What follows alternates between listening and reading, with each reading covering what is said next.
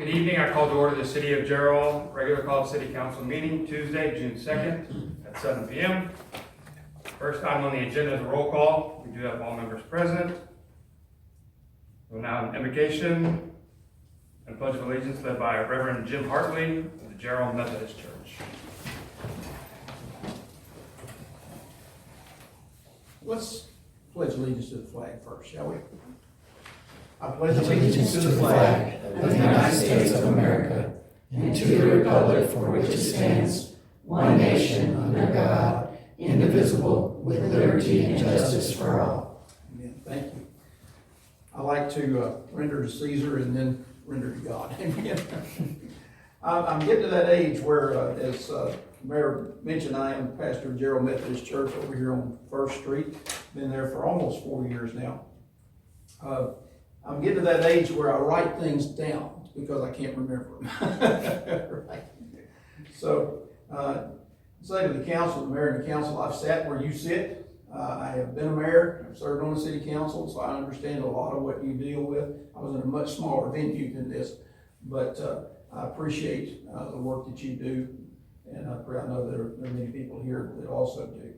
Paul tells us in 1 Timothy chapter 2, verses 1 through 6, he said, "First of all, then I urge that supplications, prayers, intercessions, and thanksgivings be made for all people, for kings, and for all who are in high positions, that we may lead a peaceful and quiet life, godly and dignified in every way. This is good, and it is pleasing in the sight of God our Savior."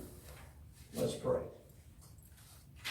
Holy, all-wise, and merciful God, we offer our prayer for those who lead, that they may govern wisely, that they'll make decisions that are in keeping with honor, justice, and the well-being of the citizens of this community. We thank you for their willingness to serve and pray that they will continue to serve in such a way that the people of Gerald may live peaceful and quiet lives in dignity and godliness. We pray for good order on the part of all in attendance, that they who participate in these proceedings will do so with respect and proper decorum. We pray that all that is done here tonight will further a sense of community and partnership between the citizens and the leadership of this city. This we pray in confidence, knowing that this is good and pleasing in your sight. For yours is the power and the glory, both now and forever. Amen. Thank you. Thank you.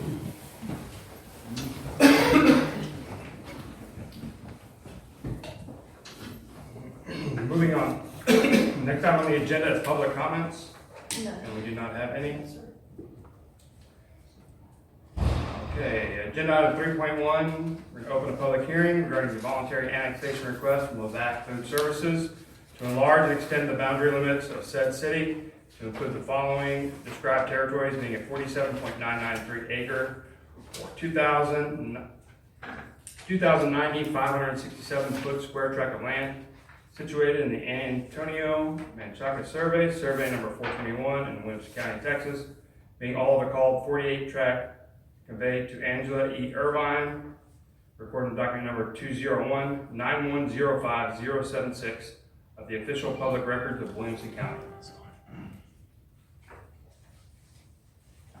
Do you have any comments? No? We had nobody sign up?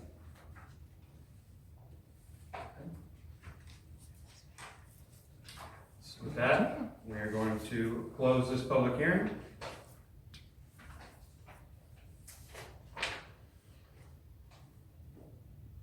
Moving on to consent agenda items.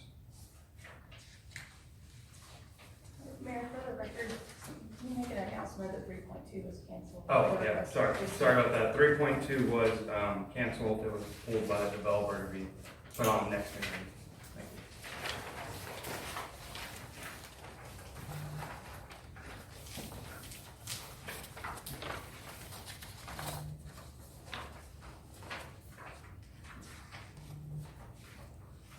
Okay. So we have the consent agenda items. Is there any questions or concerns with those? Motion to approve as presented. Second. We have a motion on the floor and a second. All those in favor say aye. Aye. All those opposed say nay. It was unanimous. Okay, agenda item 5.1. Discussion, consideration, of possible action regarding ordinance number 2026-0602-01, an ordinance approving the voluntary annexation request from the Labatt Food Services to enlarge and extend the boundary limits of said city to include the following described territories being a 47.993 acre or 567 square foot acre tract of land situated in the Antonio and Chackett Survey, abstract number 421 in Williamson County. Being all of the called 48 acre tract conveyed to Angela E. Irvine, according to document number 20191-05076 of the official public records of Williamson County.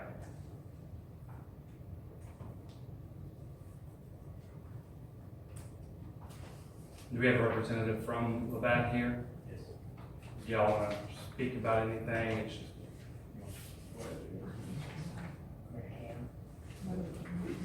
I don't have anything to prepare. You know, no, you're good. Do you have any questions about this item? No.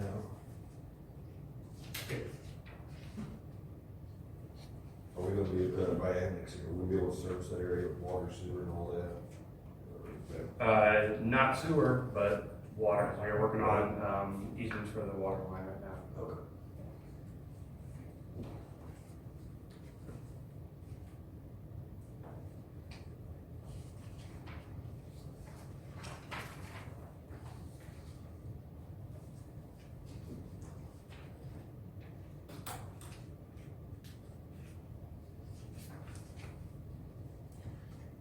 One more question, are we gonna have adequate water supply to service it? Yeah.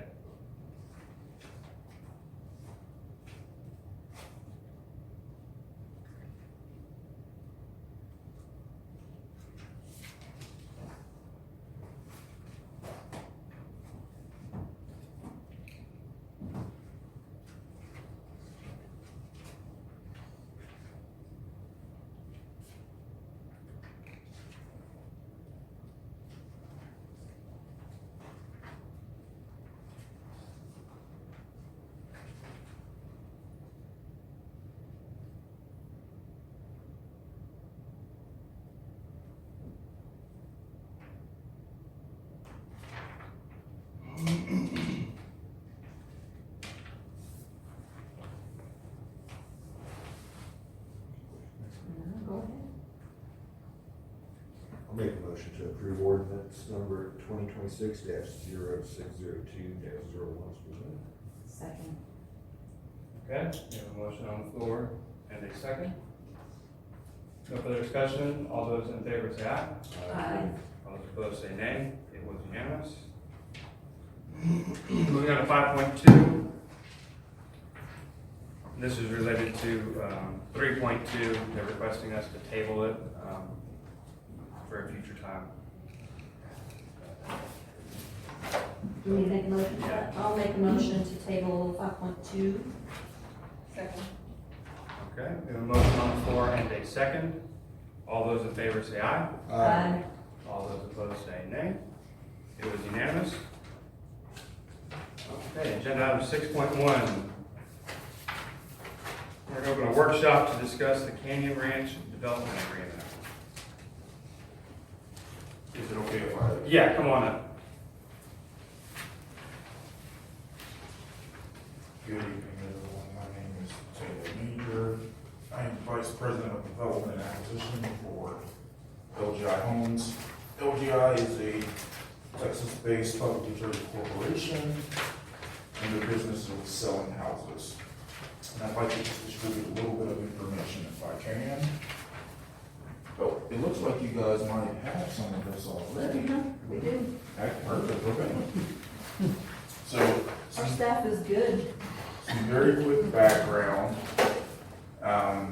This project was in the county and annexed into the city 2022-2023, which is the purpose of the development agreement.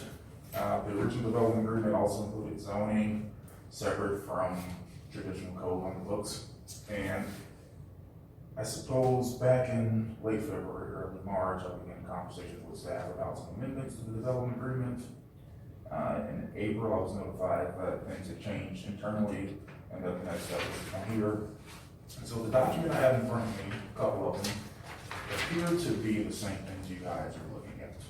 And so if you don't mind, I'd like to just do a quick overview of why we are requesting some of these amendments and then explain what they are. So the easiest way to explain why we want these amendments is really simple. We want to build this amenity center.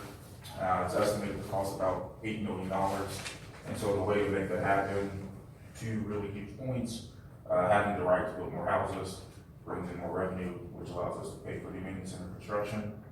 The other big point is that we do have a MUD that was consented in the development agreement, and by raising the MUD tax rate, it'll help us get reimbursements just for the community center. So that's kind of what's driving all of these changes we're asking for. And with that, I'll transition to this document here, which just at a very high level outlines some of the requested changes. So I'll kind of start with the big ones. There's a chart that's titled Development Standards. If we look there, what this chart is giving us the right to do is mostly build smaller houses or smaller lots. And so what that means is, with these changes, we would be allowed to build a 50-foot lot. Right now, we can only do 55s or 65 under the zoning FF60. And by building a 50-foot lot, it just allows us to build slightly more affordable product to reflect current economic realities with interest rates and various other factors that impact our ability to sell houses. The next big thing is right underneath that table, Roman number 3, letter A, we're asking for a right to increase our density from 1,100 houses to 1,250 on a per acre basis. That's less than half a unit per acre. More density requires more water. I have met with Joe Simmons, the Joe Schwartner board president. They are open and fine with giving us more water. But I said, hey Joe, let's wait until I get permission from the city before I sign a deal for more water that we might not need. And those are really the big ones. And then the third one is room number 3, letter G, the right to increase the MUD tax, as I previously mentioned. And then that is essentially it. The other changes, I personally think are relatively minor, and they involve some things regarding sidewalks, ownership of some land we've already dedicated to the city, and just cleaning up some other minor points as it relates to road construction that Steve is more than aware of. And then lastly, the very last bullet point under other, so the subdivision was platted as Canyon Ranch. We ran into some legal issues. We received a cease and desist letter from someone saying the name was taken, so we said no problem. So we changed the marketing name to Colson Ranch. Legally, it's still called Canyon Ranch, but the sign out front says Colson Ranch. And this other point is just, we're just saying, hey, we understand how this is confusing. We will contractually agree to continue to use the legal name with our permittings and bonds. And that was a request of Yvonne Forrest, I think was his name. So we put that in there, their request, just to make sure things were uniform. But with that, I'll kind of take questions and see what all I can answer for y'all here today. With the sidewalks, they will be constructed Yes, ma'am. So, at any time of project. Can you clarify? yes, ma'am. So traditionally, and I'll go back really quickly. So I've been doing this for a little bit. I have a law degree. I served on the City of Austin Zoning Commission. I've been a developer in Texas for a little while. And typically the way this goes is the developer sidewalk is basically any sidewalk that's not in front of the house. We kind of build that up front, which is kind of hard to present in the community. And then sidewalks in front of each individual house, we build as the house goes up. And it's two main reasons: practicality. The later the sidewalk goes in, the longer it'll last. The next reason is also practical. If we have a sidewalk and we haven't built a house yet, we don't want trucks and things driving over the sidewalk to build a house. We have to bore, get water, connect water and sewer. So it's just easier to construct the house if the sidewalk is not there. Just don't want them to disappear, because that affects bus routes and school walking. Yeah. So we're open to discussions. I mean, we're fine with committing and writing on the plat and the development agreement that we'll build them. Let's just make sure we build them like practically, because otherwise they get torn up and it's just more expensive for everybody. That's all. And we're currently required to build the sidewalks, that's in the agreement, we just wanna specify it, like when the houses come, for the reasons I articulated.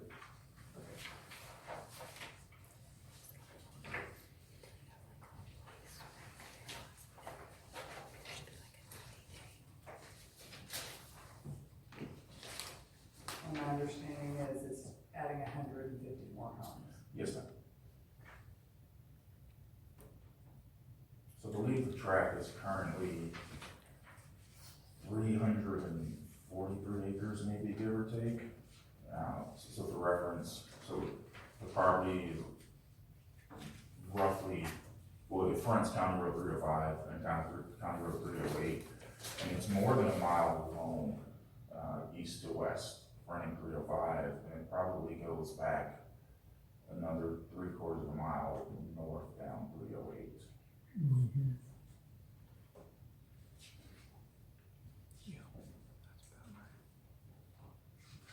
What other developments around here have the narrower, lots like you're requesting? I'm not huge, I know Lennar is right across the street, and I don't know their lot size, but I do, so I used to work in mobile home business, and so I don't mean this in a bad way when I say this next statement, because that's how I got my start, so this isn't derogatory. But I don't know Lennar's lot size, but they're building essentially like 2-story mobile homes, directly across the street from us. That's my question, man. Yeah, and so those houses are roughly 16 feet wide. Now, I don't know, again, the platted width of those lots, but if your concern is we don't build that, that's no problem. I think there are a couple ways to address it. We're already building. Do you guys have any photos on there by chance? We've got this right here, this, Picture of the house. rendition. This one. Yeah, that's it. I'll give you guys something we're actually building out there. So if you don't Do you have a mind, map of where this is? I'm sorry, I'm challenged. I do not have a map, unfortunately. Can't picture where this is. The best way I can describe it is you come off, so it's a little bit north of here. So if you take 35 to north to exit 277, which is when you come off, it's marked as 304 east. If you go left, it turns into County Road 305, and there's a house right there on 35, and our property starts right behind the house. And we go all the way west until we're about half mile east of County Road 307. That's the river. So these two photos I'm passing out, these are existing houses that we've actually built and sold currently, and these are on the 40-foot lots. And that's what we're asking permission to build more. So all 2-car garages. Yes, ma'am. And so What's the square footage range of it? I used to know that, they're all more than 1,000 feet, for sure, because I've been in them. And I think the largest one is maybe, don't hold me to it too much, but probably 1,750, 800. And so we're already building those, and they're selling like crazy, which to us is an indication that that's kind of where the market is with interest rates and just cost of materials and what it costs to buy a house these days. And so permission to build more of those, and we don't mind guaranteeing that, like, they will continue to look like this. There are ways to do that. We currently don't have any restrictions on building material, but, so I'm the guy that's gonna sign this agreement. When I say we can put that in there, it's good as gold. I don't need anybody else's permission. So we can put in, zoning requirements for building material to make sure they look like this or better going forward. That's not a problem. We can also even add, minimum square footage, which would prevent kind of Lennar having a wider lot and building the 16-foot wide product. So there are ways we can put that in to prevent it. Because we don't want to do what Lennar has. We think our product is better, we think it looks better, and we want to have it to be distinguished from those guys. So we don't have any concerns about suggestions on how to make sure the city's comfortable that we're not wanting to do what Lennar built. Because we don't, I can guarantee you. Well, that has been a sticking point for our citizens, is that those houses, and right here, this middle house that you have, this picture is just a little bit bigger than those, that you call 2-story mobile homes. So, we're trying to avoid that. Yeah. so these houses are on 40-foot lots, and the houses are 30 feet wide, which is pretty, so the only difference, right, so in Austin, I mean, this part of Austin, you kind of have smaller lots, so 40-foot lot, right? And those houses are 30-foot wide, the only difference is those houses are not as deep. Traditionally, if you have a 40 by 120 lot, your house is probably 30 feet wide, and your slab might be 70 or 80 feet. I think our slab on those is probably 45 feet, because the lots are 40 by 60. So it might be 30 feet wide, maybe by 45 or 50. So it's just not as deep, but we don't want the mobile homes, like, that's not what we're after. And in fact, in all, to prove it's in our interest, we've sold some houses out there for nearly $500,000. I think the most expensive one we went under contract for was $498,000. How big was that one? Well, that one was brick and it was a lot bigger. Okay, yeah. Yeah, so the point I'm making is we're in the business of selling houses for profit. We want to continue to make profit. We can't do that if we start building what Lennar built. So it's in our interest to not do that to you because we made more money by not doing it. So you went, the one that you mentioned you sold is in this neighborhood? Yes, ma'am.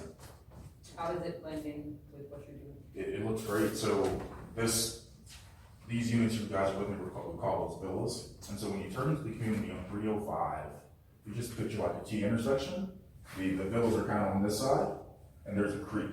So they actually have their separate interests, and they actually do not connect to the rest of the community. So you got the villas on the creek, kind of off the creek by itself, and you got the brick, larger product, same community, but it's separated by the creek and trees have grown up. So much so that we actually built a separate amenity for those villas, because it just kind of feels like a different community.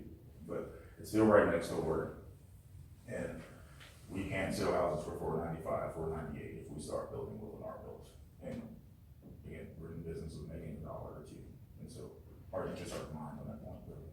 Yeah, I mean, the property west of town, the Tudd property, you know, we went around, do you know what we finally settled on for the size of their lots? Because I'd have to have gone through 3 years of what we went through with them, and then come in even narrower. I don't remember. The Tudd property, Is it the one that is still, Tom, is it Cardinal Farms or Ton? Because Ton, all we have is that. well, there's that's the ETJ. property owner, it was, So, but I wouldn't know off the top of my head without finding the agreement. it's right It's Cardinal across Farms. from, that storage area. Right there on. Past the high school? Yes. I think it said 45. Yeah, they've come in here a couple of I think times. so, if it's, yeah. It's time. If it's the Ton, if it's the one that is not No, being it's annexed not. yet, right now, all we have is a utility services agreement with them. If it's, I think you're We can mixing stay up on with Cactus Cactus Rose if they got LUEs. can I ask a question? Actually, talks to all time. Sure. Since it's workshop, I have a question. Yeah. Y'all's, okay, so you have West Luna and then you have what, Pariah Street? So. The first street that was kind of built in the middle section of like actual LGI. Like if you go past the model and then that one block that's almost full. Wire Crescent, does it end in the cul-de-sac? No, not the cul-de-sac, behind the cul-de-sac. It starts with a P. Okay, I think it's Pariah. P-A-R-I-A. Yeah. What are those are 45, aren't they? Just like if they were gonna go look, like those, I think those are 45s and the ones on West Luna are 55s. We don't have any 55s. Are they 50s? So we have the villas, which are 40s. We have 45s and we have 65s. And then on the east side of 308, we have the 75s. Okay. So the area you're talking about, it would either be a 45 or 50. So as you drive that way, the brick houses on the left, You drive past the model, and the curve to curve to the right, and then turn right, and then both sides of that one street, I think that street's full now. Right, I so think it's if Pariah area. if we stop right before you make a right turn, Uh-huh, there are brick houses on the left. uh-huh. Those are the ones that are saying they sold for nearly 500. Right. I think those are 65-foot lots, Okay, which means, and I didn't lay this community out, it was laid out before I was hired, but logically, I feel comfortable concluding on Toria Court, those are probably 45s. 45, that's what I thought. they were. Okay. That sounds right, if it was laid out correctly by Yeah. county standards. And then like if you look at Hunter's Glen, If you're going on the side streets, not the long streets, those are 50s right there. And if you go the long streets, except for like corners and stuff, those are 55s. So if you needed something to go and compare, Okay. that's it's kind of every size. The agreement of materials is something to be thinking. He's agreeing to materials that they'll use for these homes and minimal lot size or minimal square footage, just like us and the whole place. That's what you And want. these are the, you can kind of see the three-dimensional. Whatever y'all figure out. The smaller part is separated by the tree, and it's not connected whatsoever. It's So 49. where's 308? That sounds like. 308 is 40? And Right. we're proposing 49. type in. Right here? So we can do a lower. Is this streets? And this is, that's a real challenge, it's more like, that's what, like you said, if you want to add in. Oh, so we own stuff like that, that's where's our street, here's my little, yeah, so our part becomes east of our street. So we're all. Between 308, if you have to go to the side. Yeah, we're all the way this way. It's just discussion for some mile frontage. Right. And then. If you are open to north more, somewhere then like. that's where. And you are I don't on come that. back with. In your mind. I mean, Yeah, it's yeah. y'all will. And City ours, We're not gonna In city mud or? it's an in-city MUD, so the original development agreement was for annexation and consent to the in-city MUD. And, streets and wastewater, doing up there, and then water, Joe's water. How many different models are you doing? So we have we have a couple information centers, we have two. And, two model homes. And one is, it's a 45-foot wide product, and then the other one is it's on a 75-foot wide, and it's a 60-foot wide product. And they're on opposing sides. So we brand it as, the more affordable product we call it LGI, and the more expensive product that probably over to 600, 700, we call it Terrata. But we have a model for each. And then in terms of total floor plans, I would say for the villas, which is, you know, the product with the photos you guys see, we probably have 4 or 5 of those floor plans. Probably have another, you know, speculating reasonably, so please don't hold to it too precisely.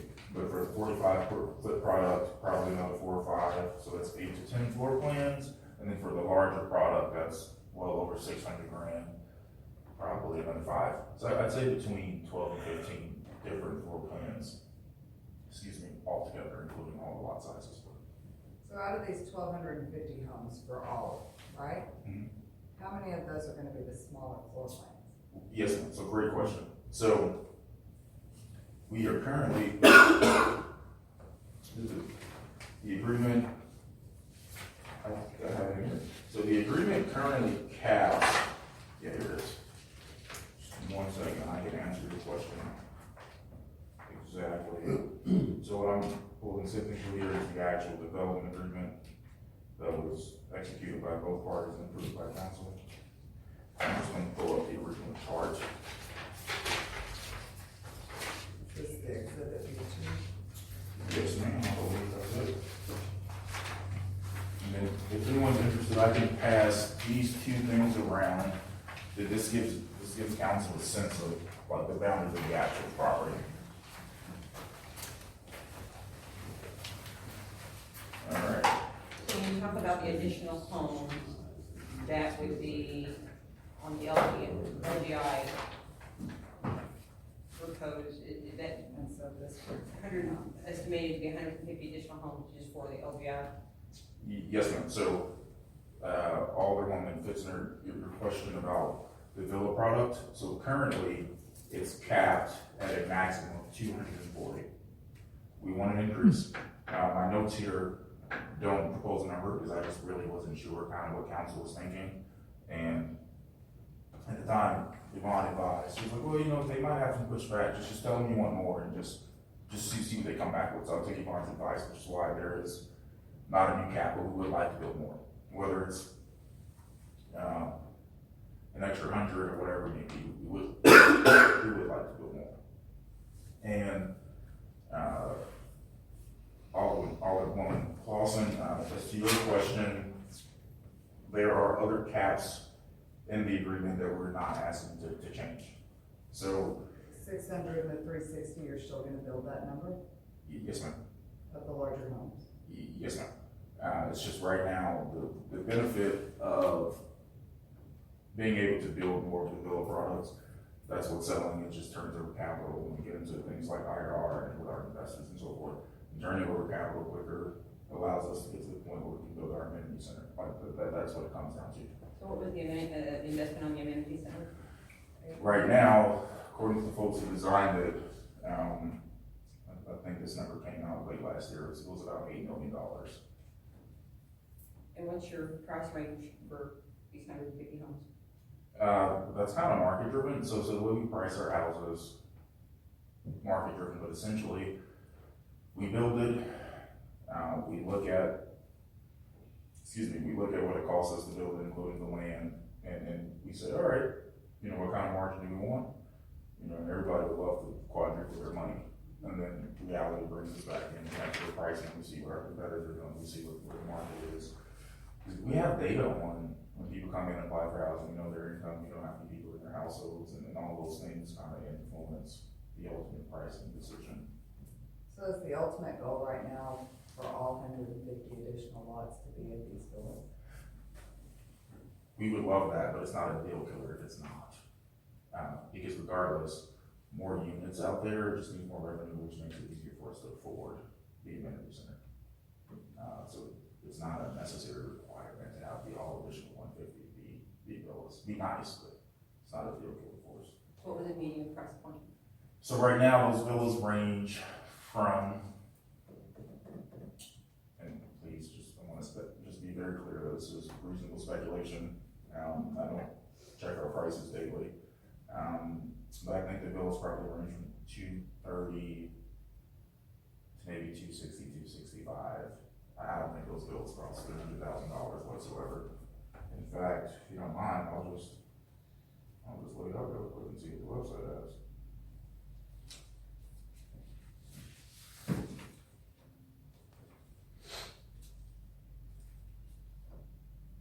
So on our website,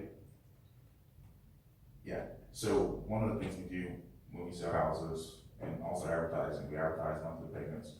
So we have villa monthly payments is less than $1,100, going all the way up to the most expensive one is almost there. The most expensive villa payment. That's not a villa, it's not a villa, not a villa. Yeah, guys, I think the most expensive villa payment is $1,249 a month. And that's principal interest, not, you know, property tax, you have to escrow and everything else. And the most affordable one is $1,099.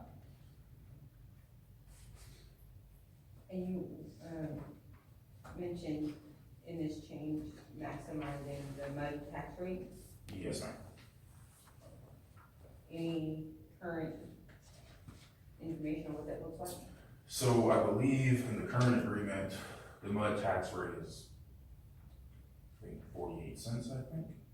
And at the time, so when this deal was executed in 21, 22, and things were crazy. And so we were willing to like, oh, well, we're gonna sell a bunch of houses really fast, we'll kind of take the loss on the MUD tax rate. The economy has shifted since then.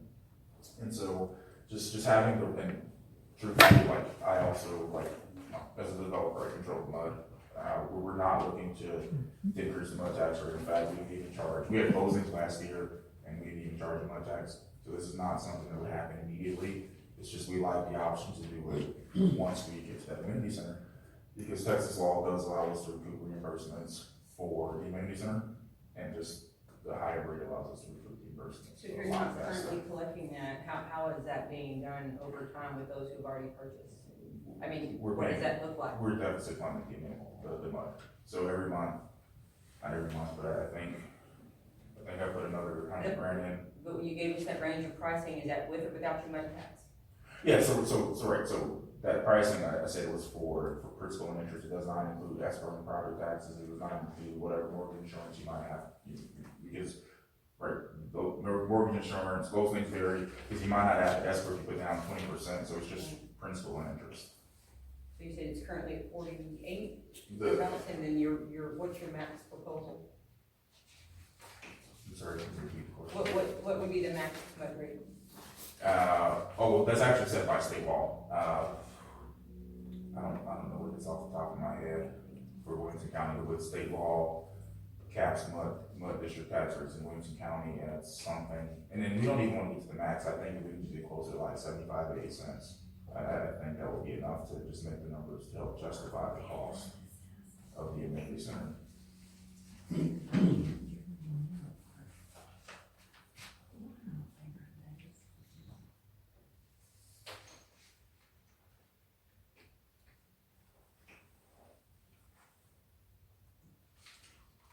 Because, and then, so just to be clear, one of the factors that will influence the ultimate, like, what tax rate is, it's Texas.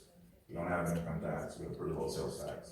So property taxes are out of government, and buyers look at, cumulative property tax rates, so we don't have an incentive to set the rates so high that we're uncompetitive and people just choose not to live in our community because we have a higher property tax rate than everyone else around. So we are aware of that. And that's just one of those market decisions that will help incentivize us to not go too crazy.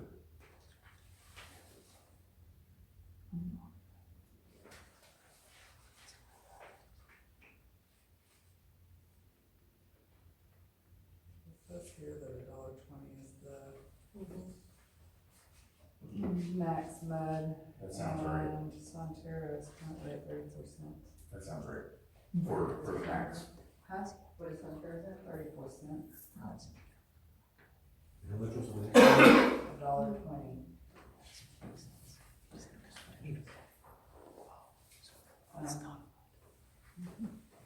So, if I may really quickly, I know Sean, we love them guys from both sides here.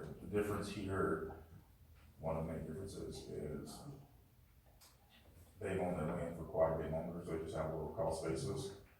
And the earlier you buy something, the lower it is, and in like 15 years from now, when someone else is here and I'm doing whatever else, and they'll say, oh, well, Coastal Ranch is lower than what you're at, they just have a much lower cost basis. And it's, when it's cheaper for them to build it, this development is cheaper, they can have a lower rate because they don't need to bring money back in as quickly as they can spend as much of it. That's essentially what's driving this area. Sonterra mud is at 72.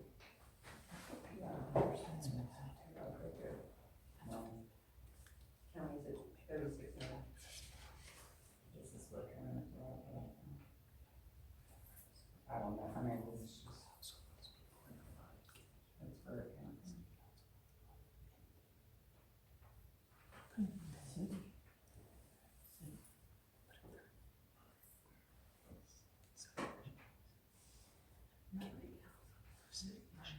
That's, I'm not looking at something. Yeah.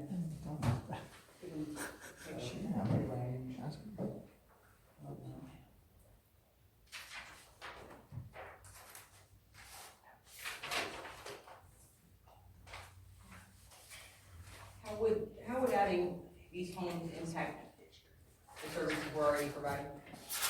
So it's gonna take up more capacity in the wastewater plant? It'll take all of our capacity? No, it'll take us more though.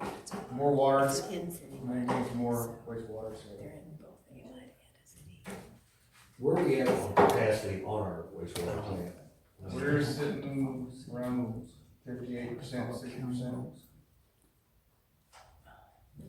Is that with everything that we have currently already That's approved? everything that's up and running right Is now. that everything they currently have approved, or just what's in place now? That's just what's in place right now. So once everything is approved, what does that look like? If we go vertical with what we've already approved? We are in stages of expansion.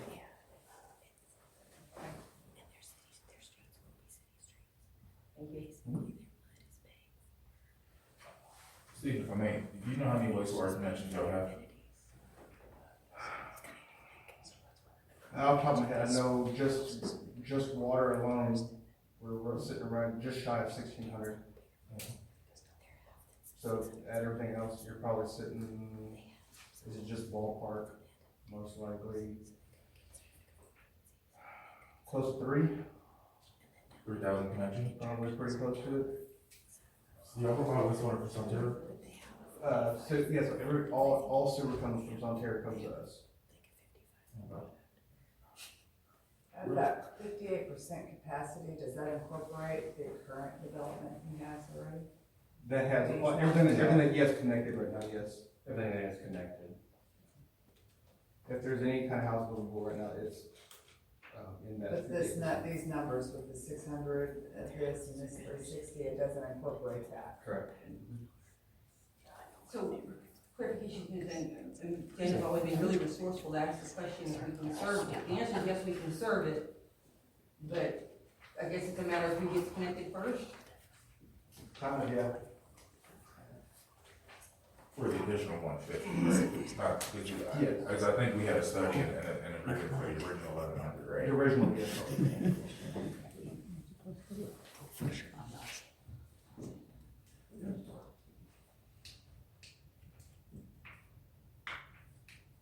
I guess one more question for Governor. You said we're already in the process of expanding the plant. Yes, we're in design stage right now. How much room do we still have for expansion on that plant? Our permit's for 4 million gallons, we're sitting at 1.2 right now, that we're containing the plant right now. What do y'all see, about 300 gallons per day per unit? I think they're averaging out right now like 250 per household, I believe. So 4 million divided by 250, that's about 16,000 connections, right? 250, that's pretty good. I think it's that's the last one I seen, I believe. Really good.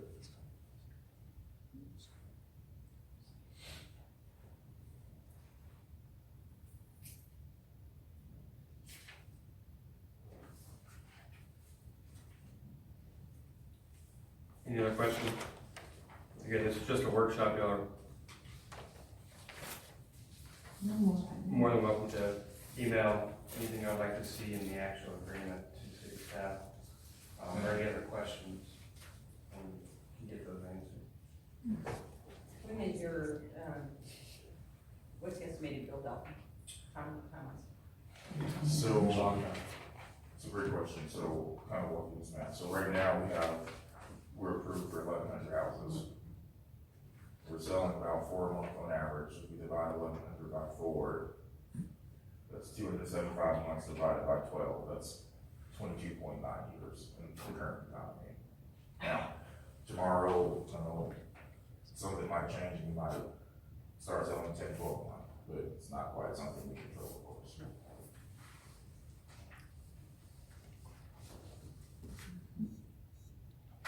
I appreciate taking the time to answer all. Yes, ma'am. Stephen has my cell phone number. I think he would agree. I actually phone. Yeah. I respond to emails, so any questions. Pretty honest guy, right? I say so. Feel free to throw me a run, but she's straight. I'm honest. I'll say, hey, here's what I think. That's gonna be tough, or I can do that right now and put it in there. So just whatever information, give me a shout, I'll pick up, I'll respond, and just keep the lines open, and we'll get a deal eventually. Thank you. Thank y'all. Appreciate it. Thank you so much. Thank you.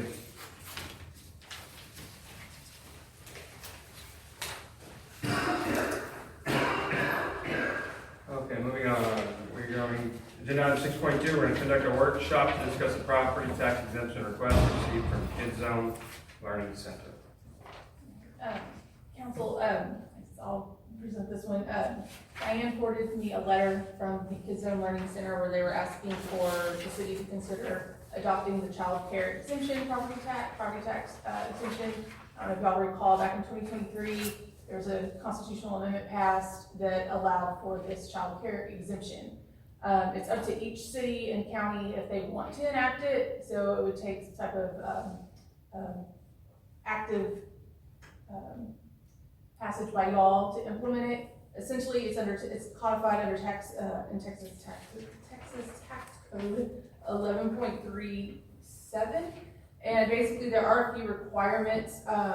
It has to be a licensed child care facility. They have to participate in the Texas Workforce Commission's Texas Rising Star program, and at least 20% of the kids enrolled in the TWC's Child Care Services Program. So there are some requirements. I'm not sure how many. This is basically just to get your feedback if this is something you're even interested in pursuing. If so, I can bring back a proposed ordinance. It would require amending Article 1.04 of the City Codes of Ordinances.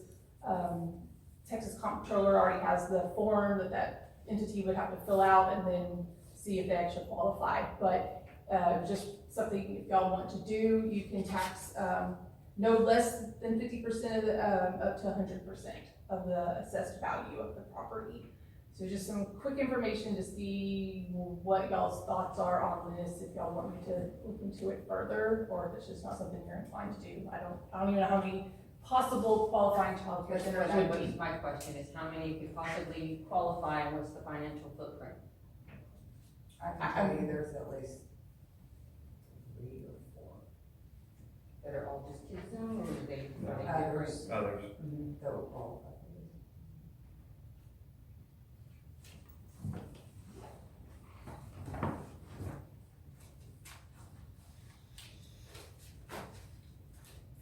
I'll go ahead and say my piece on it. I feel for businesses, all businesses are struggling, it's tough, but to say one business should get a tax break when there's other businesses that are just as vital to our daily lives, get no tax break, and we move that tax burden onto the taxpayers to make up the difference, I am interested in doing this.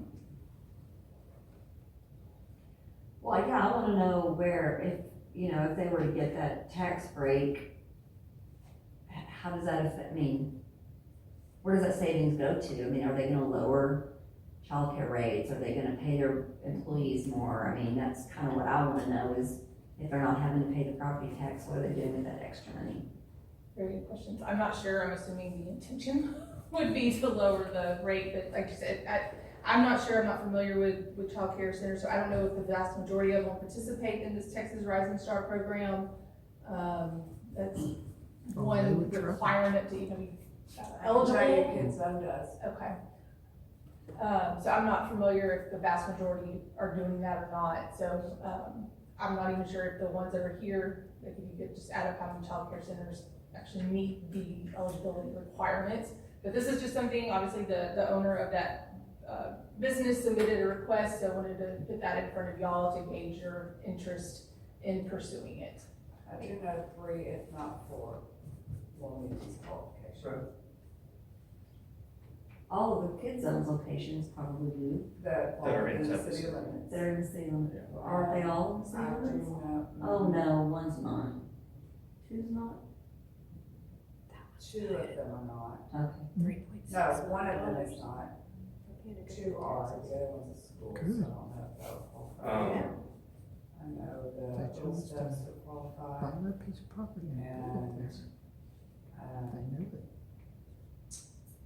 will y'all tell me this, is the bilingual school or over there across from Mexicana, that strip, is that been annexed into the city or no? No. No? Okay.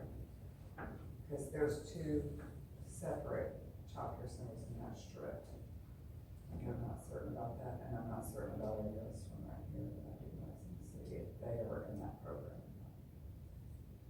I think my question is gonna be, what is that financial footprint, and then, you said, how will we, make that up? And then also too, what is the intentions of the savings? Will that be, great point, will that be back on the tuition or back in the But we wouldn't compensation? have any control over that. Correct. Well, yeah, we wouldn't. I just kinda wanted to know. Right, Yeah, there's and not, they can tell you, there was only one requirement in there, and it is if the daycare is renting the building from somebody, that they had to have a reduction in their rent to match the reduction in the property tax. Yeah. That's the only requirement I saw. Yes, sir. That is the only one I saw for any type of monetary that? offsets or anything. So I think, other than that, it would just be up to, I think, that business owner, how they wanna utilize those tax savings. So, And we can't put any kind of rate. no, you just basically say, you can do it, it's, not less than 50% of the assessed value up to 100% of the assessed value. So you could say, we're only gonna give you an exemption of 50%. So that, you do have that flexibility. But, beyond that, that's kind of the only requirements. You would expect more places to come in just so they could get it. Something to think about.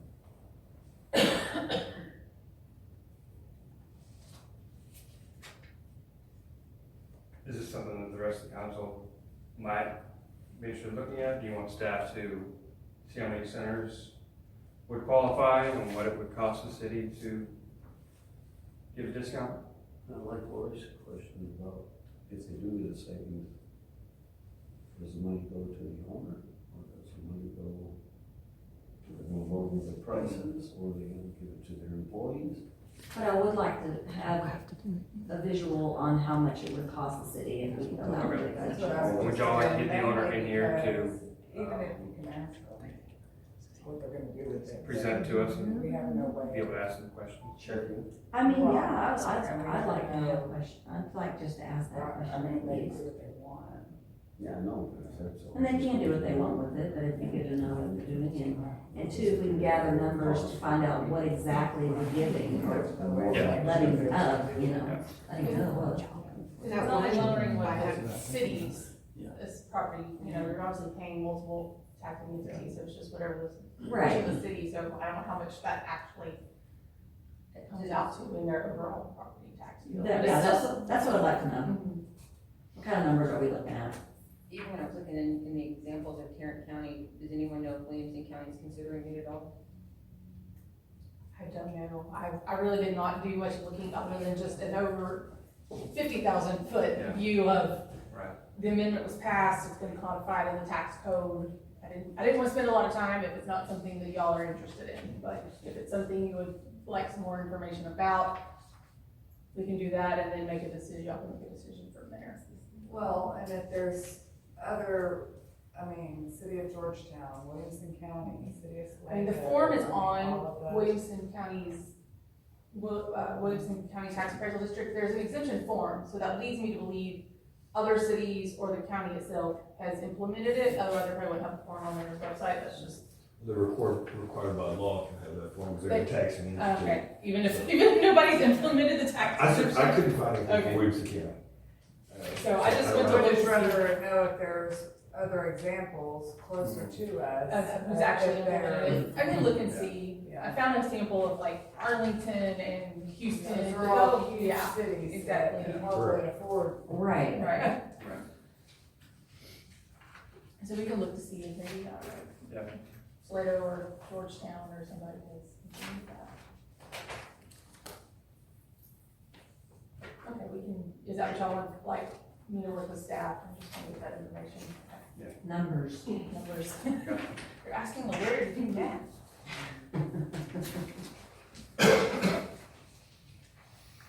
All right. No further questions? Okay, we're gonna close this workshop. Moving on to agenda item number 7. We're gonna adjourn and close executive session pursuant to Texas Government Code Section 551.071, consultation with the city attorney on a matter which the duty of the attorney, the governmental body under the Texas disciplinary rules, professional conduct of the State Bar of Texas clearly conflicts with the Texas Open Meetings Act regarding the notice received from the Lone Star Regional Water Authority pertaining to the ARPA-funded waterline project. And 7.2, closed session pursuant to Texas Government Code Section 551.074 to deliberate the appointment, employment, evaluation, reassignment, duties, discipline, or dismissal of a public officer, employee to wit, finance manager. With that, we are now adjourned at 7:54 p.m. City Council is now back in session. All right. Agenda item 8.1, discussion, consideration, possible action regarding the notice received from the Lone Star Regional Water Authority pertaining to the ARPA-funded waterline project. This time we have no action. Agenda item 8.2, discussion, consideration, and possible action regarding the appointment, employment, evaluation, reassignment duties, discipline, or dismissal of a public officer, employee to wit, finance manager. This time we also have no action. And with that, we have no further business. The city council is adjourned at 22 p.m.